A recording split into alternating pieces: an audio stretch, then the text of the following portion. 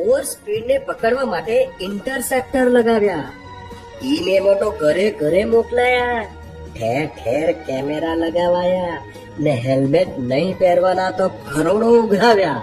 તો શું ખાલી પ્રજાએ જ દંડ ભર કરવાનો? આપણે ખરાબ સિગ્નલ માટે જવાબદાર અધિકારીને 10,000 નો દંડ થઈ શકે ખરો?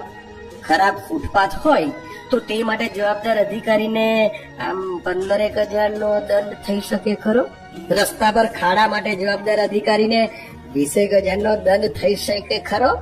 કે સ્ટ્રીટ લાઇટ જ ચાલુ નથી હોતી ત્યારે એ જવાબદાર અધિકારીને 25,000 નો દંડ થાય ખરો?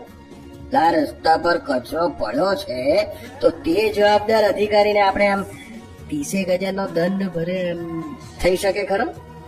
ખોદવામાં આવેલા રસ્તાનું સમારકામ જ નથી થતું, ઓહો મારે તાની તમારે ત્યાં ઘણા બધા નથી થતું, ત્યારે એ જવાબદાર અધિકારીને આપણે 40,000 રૂપિયાનો દંડ કરી શકીએ ખરા?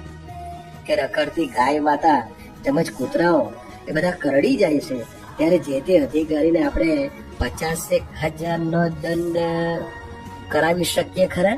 આવું તો બધું બહુ મોટું લિસ્ટ છે, પછી લાખોમાં જશે, એટલે મેં અત્યારે આટલું જ કર્યું છે.